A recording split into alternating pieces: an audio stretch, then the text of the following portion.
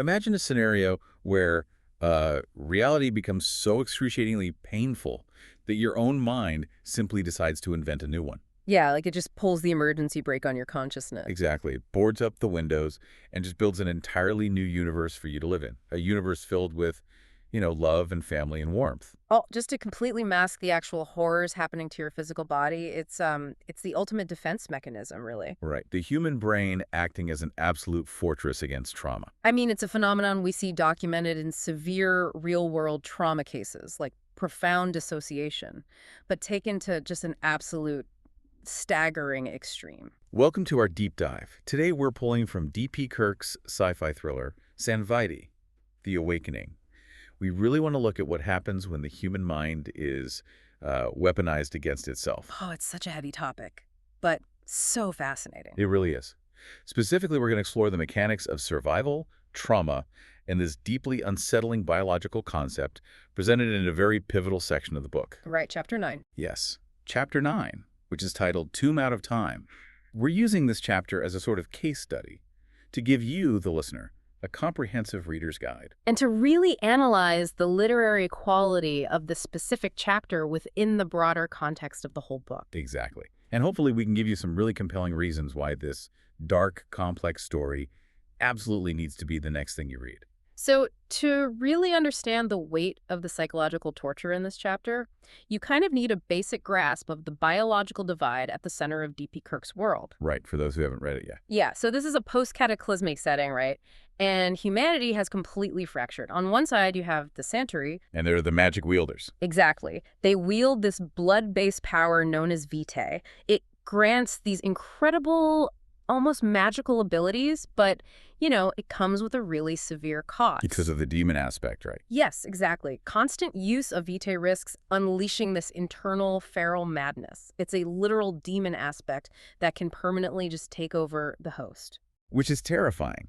And naturally, any world with magic has a faction desperate to eradicate it. Oh, always. Right. So that brings us to the Humanis La Luna.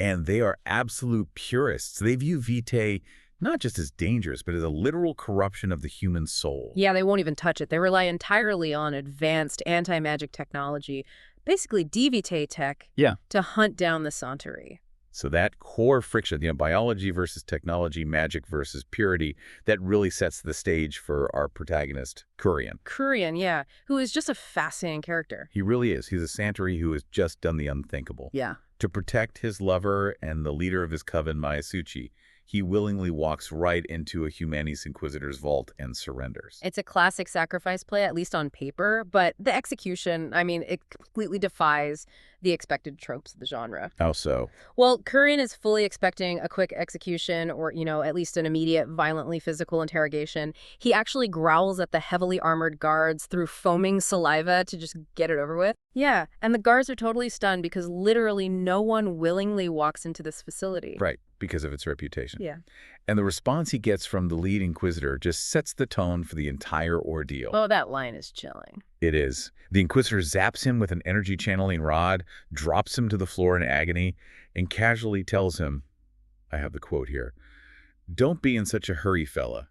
We only have two things here, time and pain."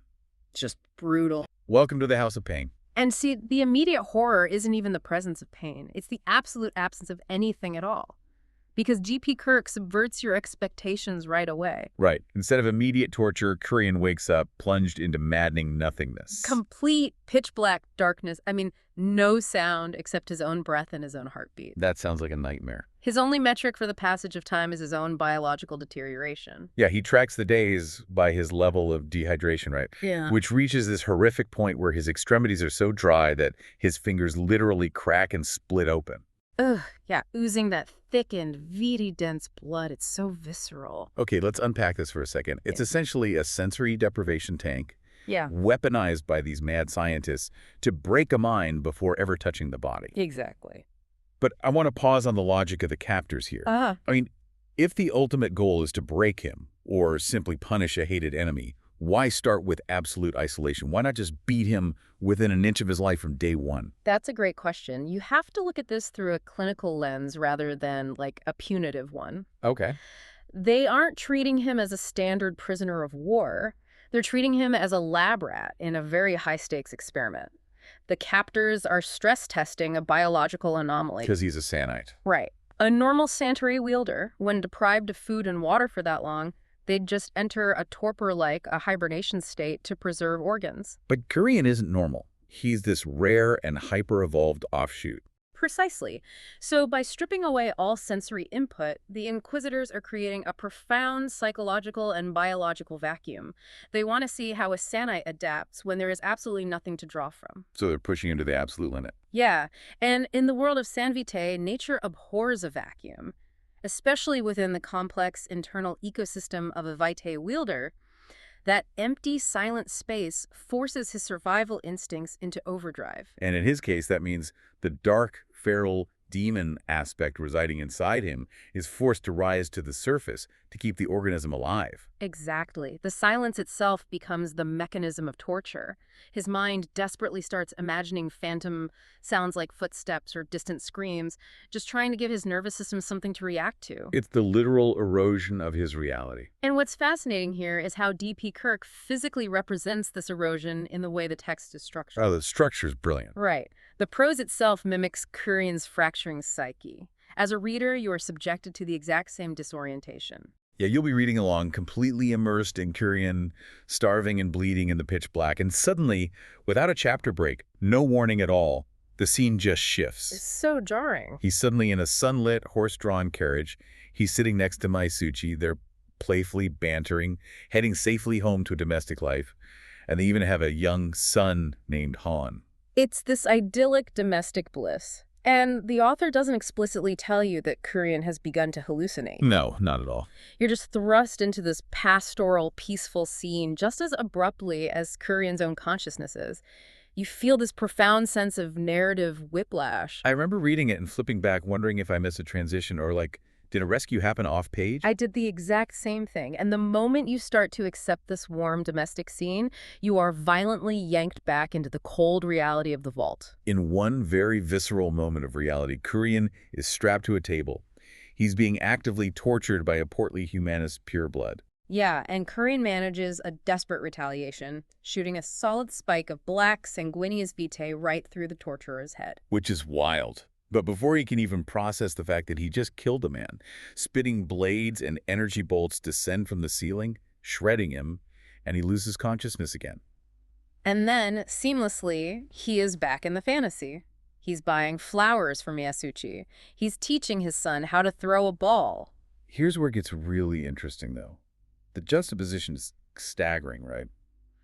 But the critical insight here isn't just that he's hallucinating to escape pain. No, the mechanism behind the hallucination reveals a terrifying truth about his Sanite biology. Exactly. It's almost like a computer infected with highly advanced malware. Oh, that's a good analogy. Yeah, the malware throws up a beautiful fake screensaver, in this case the carriage drives, and the sun, to keep the user completely distracted. Right.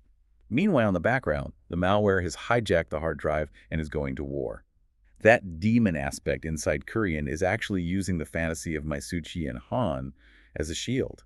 It's tricking Kurien's conscious human mind into hiding inside this pleasant dream, specifically so the demon can take full autonomous control of his physical body to endure the torture and fight back. It is the ultimate tragic survival engine. It really is. The demon aspect is often viewed as a purely malevolent force in the lore of the world.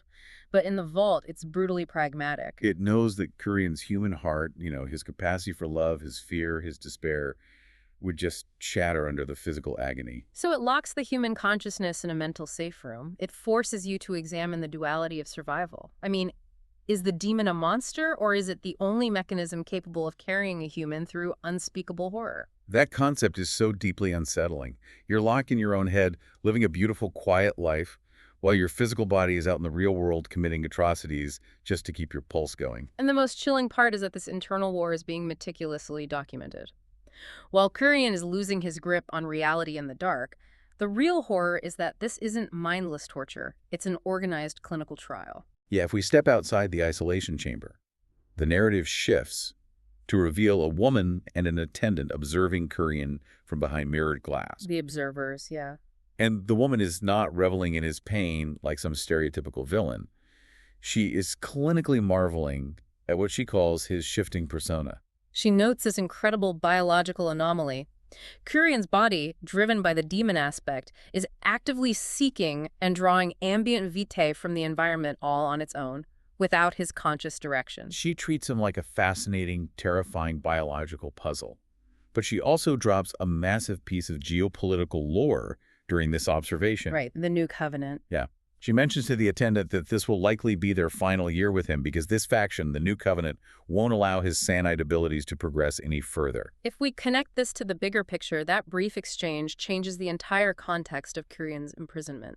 How so? Well, the politics of the world are violently shifting outside the walls of the vault. The New Covenant is heavily militarized, and they're rising to dominate both the magic-wielding Santerrie and the purest humanis. So Kurien is no longer just a prisoner of war. Exactly. He's a biological weapon caught in the middle of a massive ideological shift. Wait, I need to push back on this logic, though.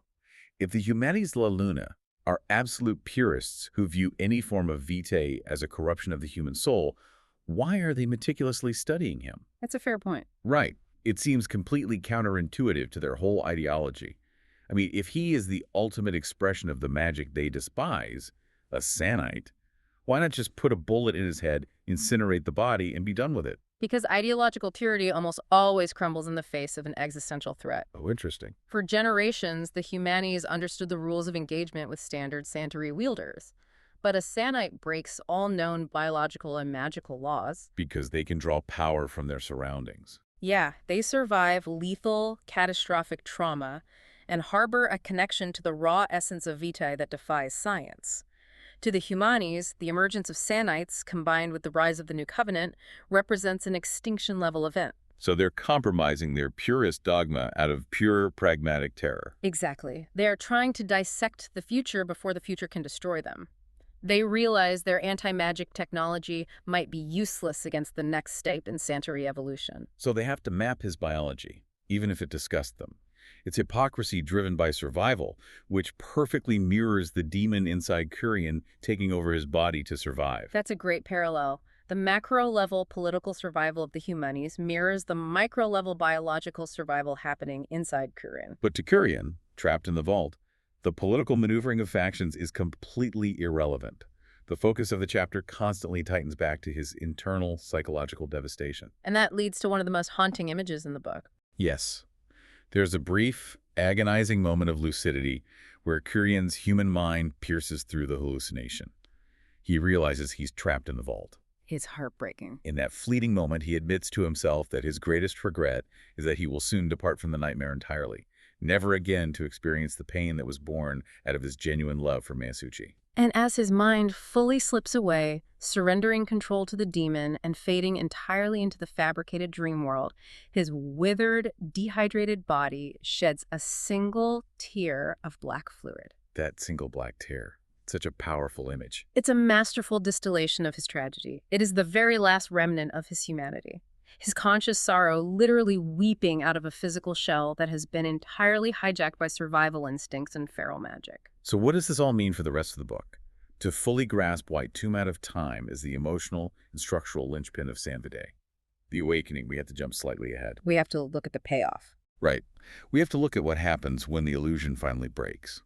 When Kurien eventually escapes the vault, which happens much later, with the help of a pixie-like evoker named Sharina, he steps out into the sunlight, expecting to find the world he left behind. But instead, he discovers that the city of Roanth, the very home he sacrificed himself to protect, is in absolute ruins. It's a wasteland. And the true, staggering horror isn't the physical destruction of the city. No, it's the realization of how much time has passed. He hasn't been in that vault for a few months. He's been in there for 12 years. 12 years. Let that sink in. That means the entire life he lived in his head, the carriage rides, the quiet afternoons with Myasuchi, raising their son Han from a baby to a young boy, none of it was real. Han never existed. It was a complete, uninterrupted 12-year illusion fabricated by his brain to endure the endless torture. The psychological weight of that reveal is what anchors the entire narrative going forward. You really have to consider the mechanics of human memory. Oh, absolutely. To Kurien's brain, to his nervous system, those 12 years of love and parenting absolutely happened. He possesses a decade of continuous, vivid memories of a child's laughter, of marital disputes, of quiet domestic peace. So when he realizes it was a fabrication generated by his own traumatized mind, the grief he experiences is indistinguishable from the grief of actually losing a real child. He has to mourn a son who was essentially a neurological coping mechanism. It's devastating. You realize you aren't just reading a story about a hero fighting monsters in a post-apocalyptic wasteland. You are watching a man literally battle the demon inside his own soul for the right to control his reality. Yeah, Tomb Out of Time isn't just an action or torture chapter. It is the crucible that fundamentally transforms the protagonist. The Kurien that walked into that vault 12 years ago is dead. Yes. The entity that walks out is deeply fractured, sharing a physical body with a demon that kept him alive, and stepping into a world that has moved on and destroyed itself without him. It forces the reader to confront very difficult questions about trauma and identity. I mean, if a memory is the only thing keeping you sane in the dark, does it matter that it's a lie? That's why this elevates the book. D.P. Kirk uses the extreme magical elements of Vitae and Sanite biology as a sort of Trojan horse. Right, to explore incredibly grounded human experiences of profound dissociation. The author takes the concept of the mind protecting itself from trauma and just pushes it to its absolute, terrifying logical conclusion. It transitions the book from a dark fantasy into a deeply psychological, post-apocalyptic thriller. And the narrative respects the reader enough to not offer easy answers. Kurien has to figure out how to reclaim his own mind, how to navigate a world that considers him a biological weapon, and most importantly, how to forgive himself. How to forgive himself for the atrocities his body committed while his consciousness was hiding in a dream. Yeah, and that is the hallmark of truly enduring science fiction and fantasy. It uses the speculative, the magic, the future tech, the evolved biology to hold a mirror up to the most vulnerable parts of the human condition. Exactly. D.P. Kirk's San Vitae. The Awakening uses visceral imagery, complex political factions, and profound psychological trauma to craft a uniquely gripping narrative. It really does. Chapter 9. Tomb Out of Time perfectly encapsulates the book's ability to blend high-stakes sci-fi fantasy with intimate human suffering. It gives you a profound reason to be highly invested in this story. It really leaves you with a heavy yet necessary reflection on the resilience of the mind. I mean, the human brain is a miraculous survival engine, right? Yeah. It's capable of building entire intricate universes of love and domestic peace completely from scratch, just to shield our core self from unimaginable pain. But it makes you wonder. Right, because when the walls of that mental fortress finally shatter and you wake up 12 years later, standing in the ruins of the real world with the blood of your own survival on your hands, how do you discern which parts of your soul are truly yours and which parts belong to the monster that kept you alive?